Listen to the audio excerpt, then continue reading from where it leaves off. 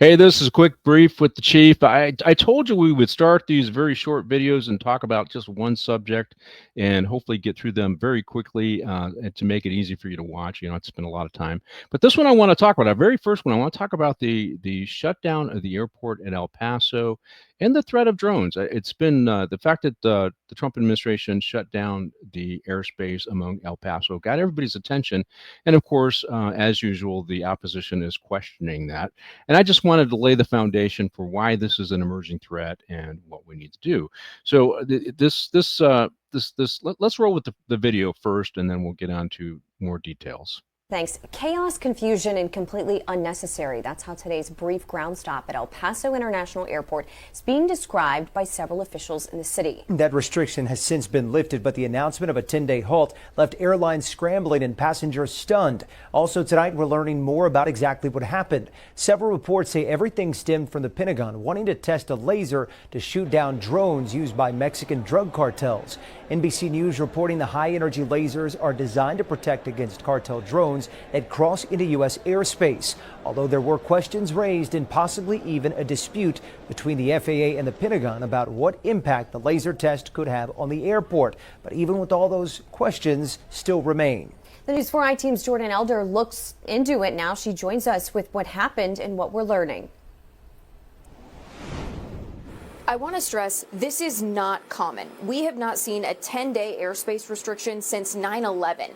Now officials on all levels of government want to know why this restriction happened and why they were not informed about it. So the airport's totally closed? Apparently, we just got informed about 30 minutes to an hour ago. The announcement left airlines and passengers scrambling. This is a shocker. It really is. Complete shock. To close the airport down for 10 days. For a few hours, the nation was told no flights could go in or out of El Paso for 10 days. Officials at all levels say they received no warning. That failure to communicate is unacceptable. I want to be very, very clear that this should have never happened. Top TSA officials testifying they also got a late notice. So after the closure, it happened? I believe that's the case. Yes. So that's a problem. So why did it happen? Transportation Secretary Sean Duffy points to Mexican cartel drones breaching U.S. airspace, saying in a post that the threat was neutralized.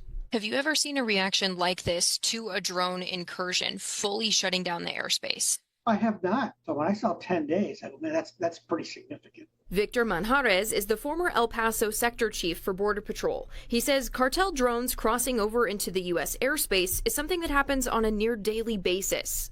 They're usually used for surveillance type capabilities. Now, federal officials are saying this all stemmed from disagreements over drone tests. The AP reporting the Pentagon was planning to test a laser that takes down drones. They were set to meet with the FAA about it later this month, but wanted to test sooner. That led the FAA to restrict the airspace. It's not clear if the laser was actually tested. It sounds a really good case of poor communication.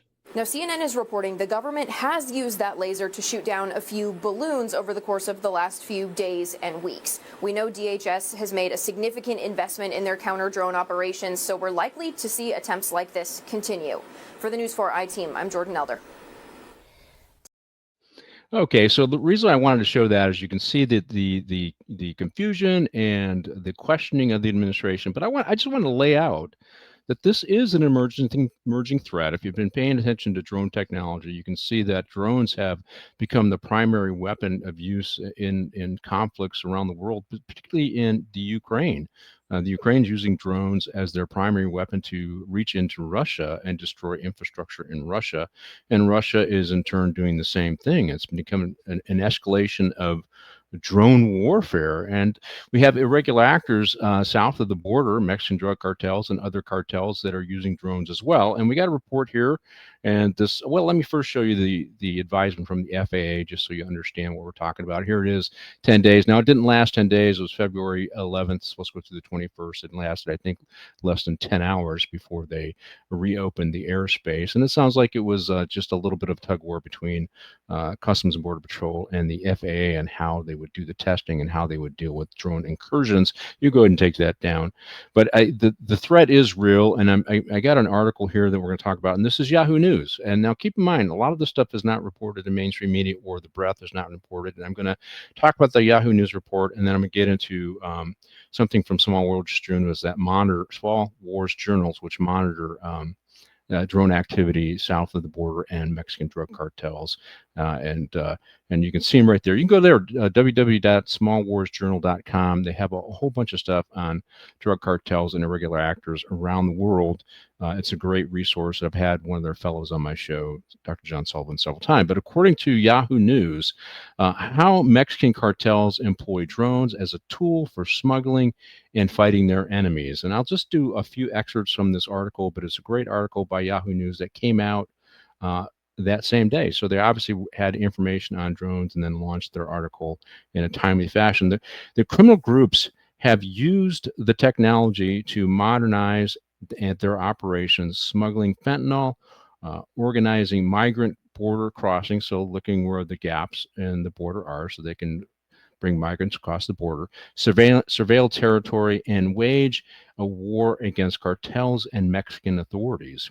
According to their data, at least in the last 6 months of 2024, there were 27,000 drones were detected along the 600-meter, that's 1,640 feet of the U.S. southern border. That's a huge amount. So in the area of the border, which means we have to do something to mitigate it, and we can't take this lightly. We can't mock any efforts by our military and Customs Border Patrol to do their job, even if they have missteps like it appears that occurred. In the 2010s, the beginning, between 2012 and 2014, the U.S. authorities detected 150 unmanned aircraft systems crossing the border with Mexico. A decade later, the U.S. Customs and Border Patrols reported 10,000 incursions in the Rio Grande Valley area, southern Texas alone. So you can see the exponential growth in the use of these commercial drones for drug smugglers and Mexican drug cartels. This is why this is a very serious threat. It has to be taken serious. We have to come together as a nation to deal with these things, and this should not be a political issue. In 2025, the International Narcotics Control Board reported that cartels were increasingly using this method to smuggle fentanyl, and sometimes with homemade drones capable of carrying 100 kilos, that's 220 pounds for us Americans here, of cargo. And with new satellite technologies, they can traffic around. So they'll program a pathway or a tour using GPS, and they would send that drone into the U.S., bypassing surveillance satellites and surveillance efforts that known to them. So they're getting very sophisticated because there's a lot of money involved. A lot of money involved in drug smuggling, and they have the money to develop these technologies or use the technologies to their benefit to make more money. This is why this is very important, and this is why we have to pay attention to this and do this. And the next source I want to talk about is Small Wars Journal. Let's bring their banner up again. I encourage you to go to Small Wars Journal to check it out yourself. Remember, I'm on Facebook as well. I do drop my source material on Facebook for you to look at yourself. And so you can check me there. Briefing with the Chief on Facebook. It's a public page, and I will try to remember to put the Small Wars Journal article there. And so, according to the Center for Strategic and International Studies, drones are being used in an exponential fashion in the Americas south of the border. And here's some of the things. It's gone from novelty to normalization, meaning there was a little bit of usage. Now it's been normalized, and it's a big part of these cartels' usage. And some of the things that they're doing to weaponize the drones include explosive payload. So they're using explosive drones to attack their enemies, but also attack governments south of the border. First person view strike drones. So that's where an operator is looking, using camera to fly the drone and looking for their target and driving that drone into the target. That's what's going on in Ukraine every single day. And the cartels are also doing that. And swarming drones. So they're testing the swarming drones. This also goes on in Ukraine, where they send maybe 100 drones out. Many of them are dummy drones, and only a certain portion are armed, knowing that the systems will take a bunch of them out, and they just want to get a handful through to target critical infrastructure in Russia.